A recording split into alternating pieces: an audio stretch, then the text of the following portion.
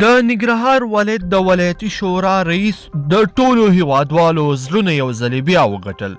هغه عبدالله او نورو سیاسیونو ته سخت خبرداری ورکړی دی. دا چې د ننګرهار ولایتي شورا رئیس څه ویلي دي ویډیو راسره تر اخره پورې وګورئ. ګرانو لیدونکو السلام علیکم. وروسته له هغې چې د موازي حکومت جوړولو خبرونه خپاره شول او په ټاکنو کې ناکام نوماند عبدالله خپل سره ګمارنې وکړې، پر غبرګون کې د ننګرهار ولایتي شورا رئیس احمد علي حضرت وایي چې هیڅ چاته اجازه نه ورکوم چې منتخب نظام وننګوي.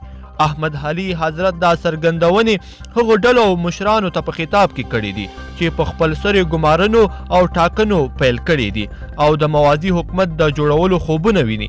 احمد علي حضرت د عبدالله وروستیو لانجو ته په کتو سره له ولسمشر غني کلک ملاتړ اعلان کړ او ویلي دي چې د ننګرهار او یا مشرقي ولایتونو ځوانان به د منتخب نظام ساتنه وکړي.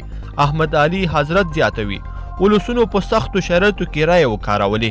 د پاکو رایو په نتیجه کې محمد اشرف غني منتخب ولسمشر وټاکه او د ولسونو فرد له خپلو پاکو رایو څخه دفاع کوي. نوموړي یو شمېر کړیو ته په خطاب کې وویل هیڅوک دې په خیال کې هم نه راوړي چې مشرقي ولایتونو کې څوک د موازي حکومت اعلانونه لپاره حرکت وکړي او من حیث د ننګرهار ولایتي شورا رئیس به هیڅ چاته اجازه ورنه کړم چې منتخب حکومت وننګوي. د ننګرهار د ولایتي شورا رئیس په خپلو څرګندونو کې کلک ټینګار وکړ چې موږ په پوره ولسي ځواک د ټولو ناسم او غیر قانوني حرکتونو خلاف کلک ولاړ یو.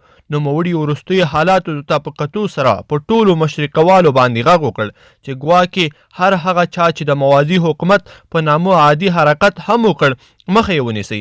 د ننګرهار د ولایتي شورا رئیس احمد علي حضرت وروسته له هغې خپل غبرګون وښود کله چې د ټاکنو د پایلو له اعلان وروسته ناندرۍ راولاړې شوې. د افغانستان ولسمشریزې ټاکنې څو ورځې وړاندې اعلان شوې چې پکې ولسمشر محمد اشرف غني د دوهم ځل لپاره بریا خپله کړه او یو ځل بیا واک ته ورسېده.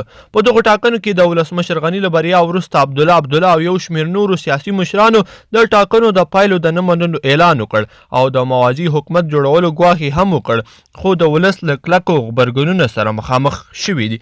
ګرانو لیدونکو په دې هیله چې دغه ویډیو به ستاسو خوښه شوي وي.